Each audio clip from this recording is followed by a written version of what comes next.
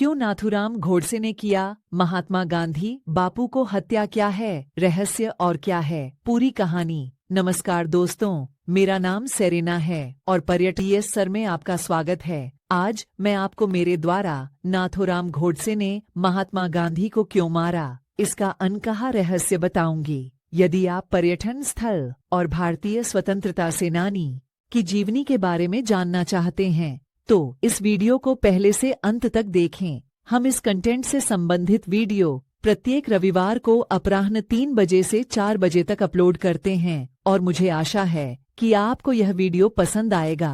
अगर आपको यह वीडियो पसंद है तो लाइक करें, सब्सक्राइब करें, शेयर करें और मेरे नवीनतम अपडेट के बारे में सूचित रहने के बेल आइकन भी दबाएं और कृपया हमारे सोशल मीडिया जैसे इंस्टा, फेसबुक और व्हाट्सएप पेज को फॉलो करें। सब्सक्राइब करना न भूलें और बेल आइकन न भूलें। यदि आप सब्सक्राइब करना, बेल आइकन दबाना, लाइक और शेयर करना भूलें तो हम मोतीब नहीं हो सकते कि हमारी वीडियो को कोई पसंद करता है। इसलिए सब्सक्राइब करना, लाइक करना, शेयर करना और बेल आइकन दबाना न भूले तो हमको पता चलेगा कि हमारे वीडियो को कोई पसंद कर रहा है। वीडियो को बनाकर तो समय बर्बाद यूट्यूब में अपलोड करते शुरू करते हैं। नाथूराम गोडसे महात्मा गांधी के हत्यारे से जुड़ा रहस्य।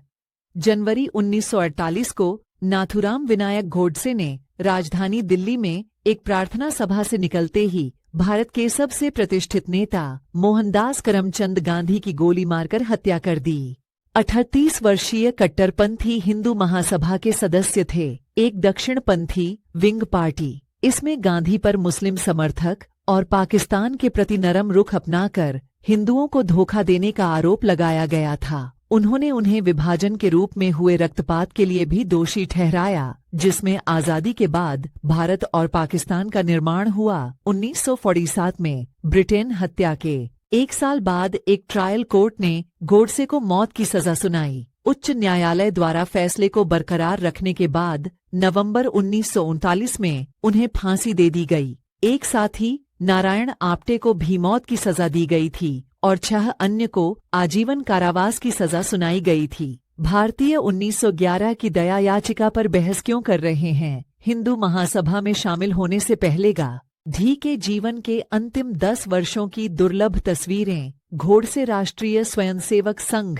राष्ट्रीय स्वयंसेवी संगठन या आरएसएस का सदस्य था, जो भारत की सत्तारूढ़ भारतीय जनता पार्टी भाजपा का वैचारिक स्रोत है।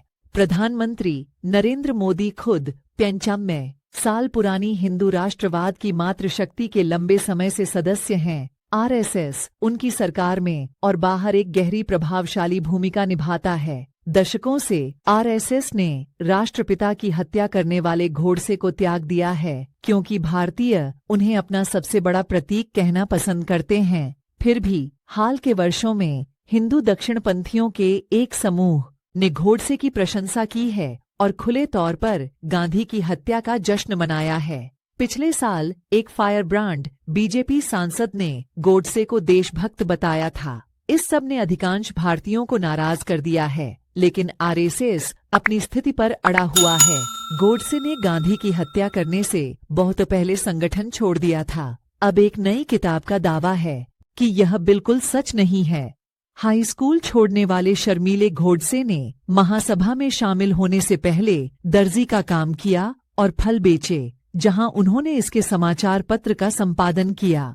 ट्रायल के दौरान उन्हें 5 घंटे से ज्यादा का समय लगा। अदालत में 150 पैराग्राफ का बयान पढ़ा। उन्होंने कहा कि गांधी को मारने की कोई साजिश नहीं थी।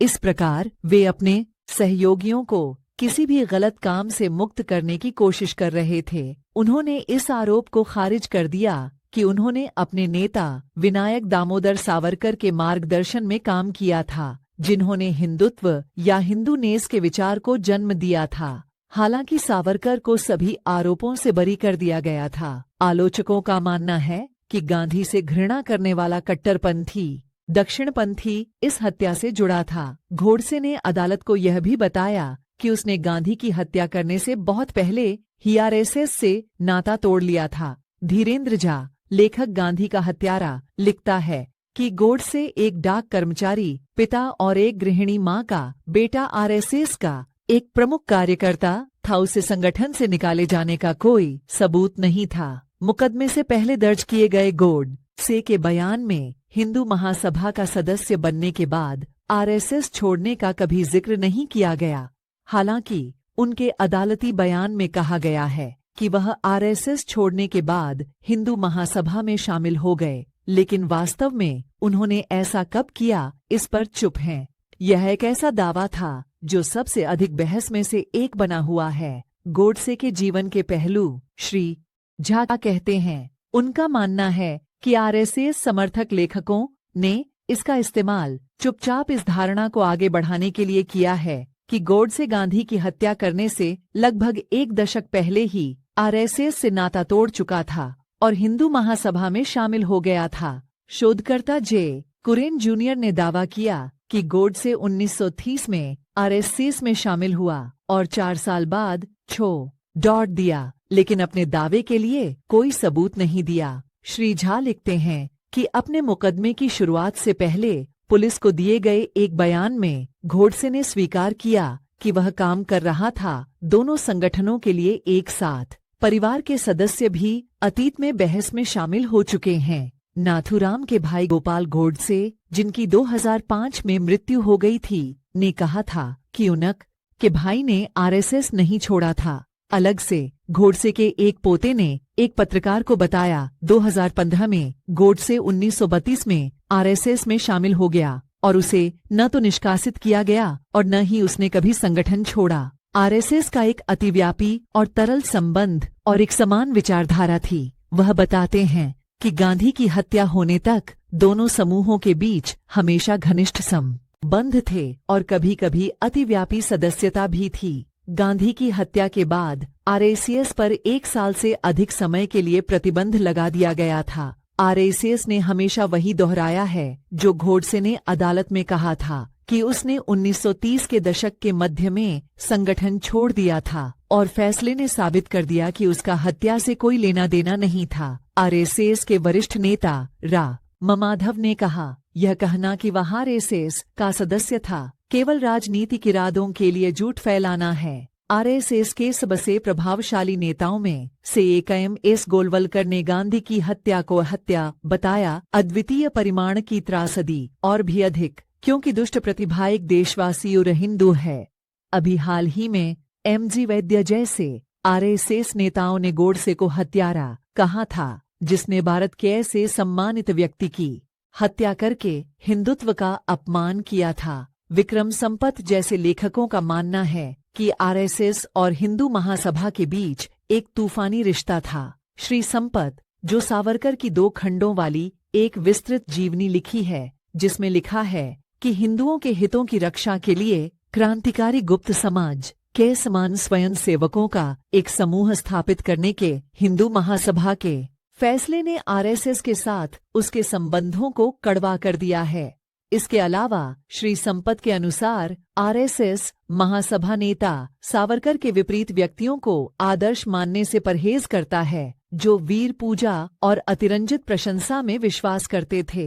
एक अन्य पुस्तक आरएसएस एव्यूट्यूड इनसाइड में वॉल्टर के एंडरसन और श्रीधर डी दामले इस बारे में बात करते हैं कि कैसे आरएसएस पर गांधी की हत्या में एक पूर्व सदस्य नाथूराम गोडसे की संलिप्तता का आरोप लगाया गया और उसकी छवि खराब की गई फांसीवादी, अधिनायकवादी और दकियानूसी के रूप में आधिकारिक समर्थन। फिर भी संदेह है कि गोडसे आरएसएस का अटूट हिस्सा था और उसने भी इसे नहीं छोड़ा। 15 नवंबर 1939 को गोडसे को फांसी पर चढ़ने से पहले उसने आरएसएस प्रार्थना के पहले 4 वाक्य पढ़े थे। श्री झा कहते हैं, इससे एक बार फिर यह तथ्य सामने आया है कि वह संगठन का सक्रिय सदस्य था। गांधी के हत्यारे से आरएसएस को अलग करना इतिहास की मनगढ़ंत कहानी है। यह वीडियो पसंद आएगा।